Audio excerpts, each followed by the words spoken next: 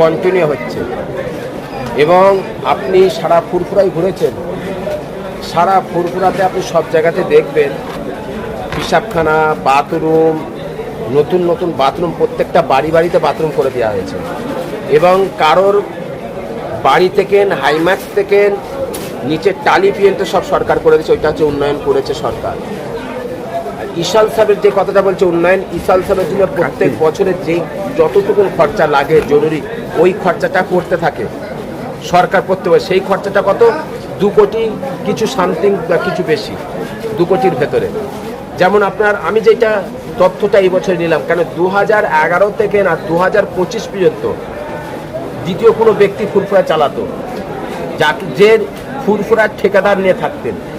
ফুরফুরার ঠিকাদার নিয়েছিল, ফুরফুরার ঠিকাদার কে নিয়েছিল 2011 থেকে 2025 পর্যন্ত।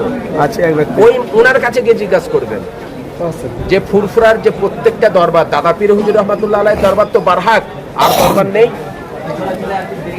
ছোট হুজুর পীর কেবলা রহমাতুল্লাহ দরবার নয়, হোসেন বুখারী রহমাতুল্লাহ আলাইহির দরবার নয়, 4 শহীদ আলী হুজুরের দরবার নয়, বড় ফয়েজ সাহেব হুজুরের দরবার নয়, গঞ্জের শাহাদা হুজুর রহমাতুল্লাহ দরবার নয়। এখানে সমস্ত আল্লাহর ওলিরা শুয়ে আছে। সরকার কি করেছে? সরকার উন্নয়ন করেছে মানুষের জন্য। সরকার উন্নয়ন করে মানুষের জন্য। মানুষ লক্ষ লক্ষ মানুষ দাদা পীরের জলসা আসবে, বা সারা বছর হাজার হাজার মানুষ কন্টিনিউ আসতে থাকে। এই মানুষরা প্রত্যেকটা অলির দরবারে জিয়ারত করে, প্রত্যেকটা অলির দরবারে যায়। দাদা পীরের দরবারে আসেন এবং প্রত্যেক অলির দরবারে যায়, সেখানে গিয়ে কিছু দেখতে পায়নি।